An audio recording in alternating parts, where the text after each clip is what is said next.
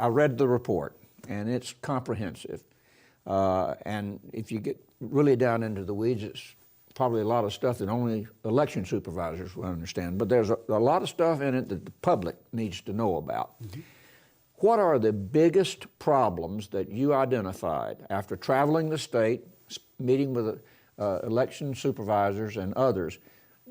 Name the top 2 or 3, and we'll get down into the weeds with those. Sure. Let me first mention this, that Governor Scott recognized that we had a problem, and it was unacceptable to him, it was unacceptable to the supervisors, and it's unacceptable to the legislature that we would have long lines and inconvenience the voting public.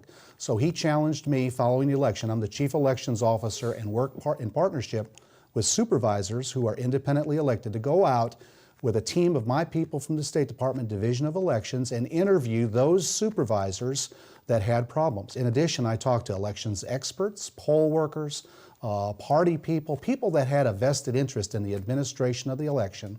I spoke to them, we returned, we developed some recommendations for the legislature. That's the report you're referring to. And there's some real basic fundamental things. The problems that we had are fixable.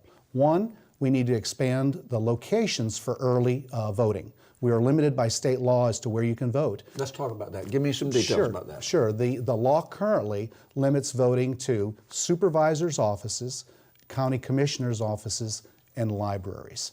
And clearly we know that while there are a lot of libraries and a lot of government facilities, that's not adequate to meet the changing demand by the public. So our report recommended expanding that to use civic centers, any county building, fairgrounds, stadiums, and that should more than exceed the need for the demand of the public in the next election cycles and for the future. And those recommendations were thought out by supervisors and all, like I said, the interested parties that have a vested interest.